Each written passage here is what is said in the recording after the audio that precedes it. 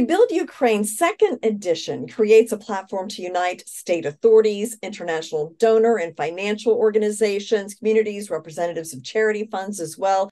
And this will also involve investment companies and development agencies and public and private agencies as well. And the event unites active participation of businesses in the rebuilding of Ukraine. And with me is Sergiy Tsivkach, the CEO of UkraineInvest, to talk more about this. So welcome back. Great to see you again.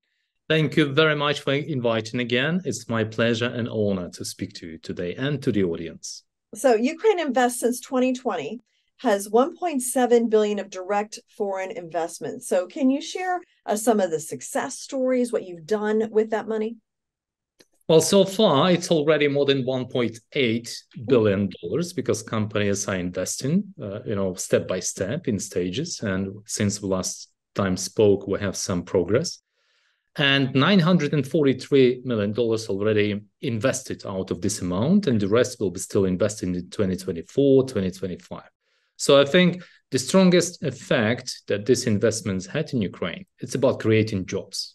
We managed to save and create more than 15,000 jobs for the last 3 years, and 5,000 new jobs in process of being created.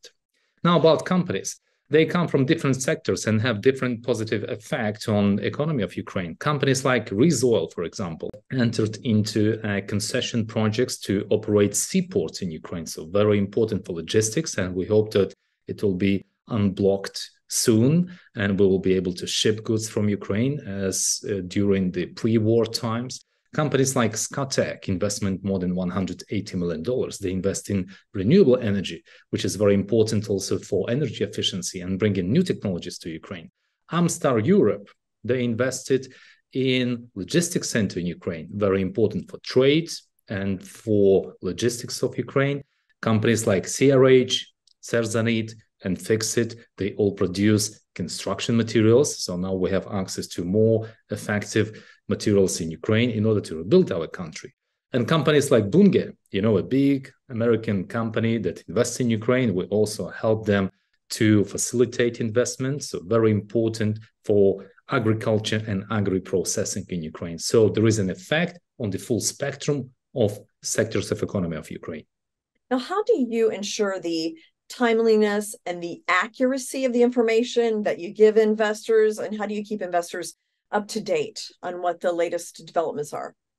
Well, first of all, we have a very strong analytical department at UkraineInvest. So they work daily on screening information and checking the latest data. Then we put this information to attention of the media and public and businesses through our platforms.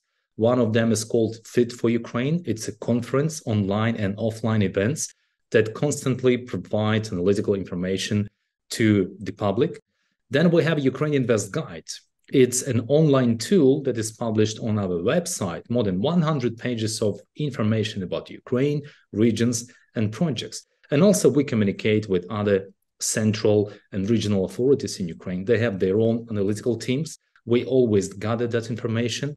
Projects like Dream, for example, it's an online platform where you can see specific reconstruction projects that seek investments and happening, thanks to our Ministry of Recovery of Ukraine and other governmental partners that also working on analytics all the time. So we only use reliable sources and try to put them in the most effective way in order to bring attention of international investment community. Mm-hmm. And I introduced the Rebuild Ukraine conference a little bit at the beginning. This will be taking place November 14th and 15th in Warsaw, Poland. So share a bit about that event. What do you expect the attendees to be? What kind of things will happen there? Well, this is why we have partnership with Ukrainian company called Premier Expo. They were very effective. They organized their Rebuild exhibition last year that was attended by more than 3,000 people. This year, they expect more than 5,000 people from throughout the world, from all countries, the United States as well, and from European countries. And this year, we agreed to do a conference within this event that will be part of our Fit for Ukraine events. So we expect about 200 to 300 people offline, top investment professionals, government representatives, that will listen to companies that invested in Ukraine since the beginning of the full-scale military aggression, and also to international companies that can support investments in Ukraine with their financing, and international organizations that can provide investment insurance, and of course, government of Ukraine that is happy to support investments and offer investment incentives mechanisms, which are quite significant now in Ukraine.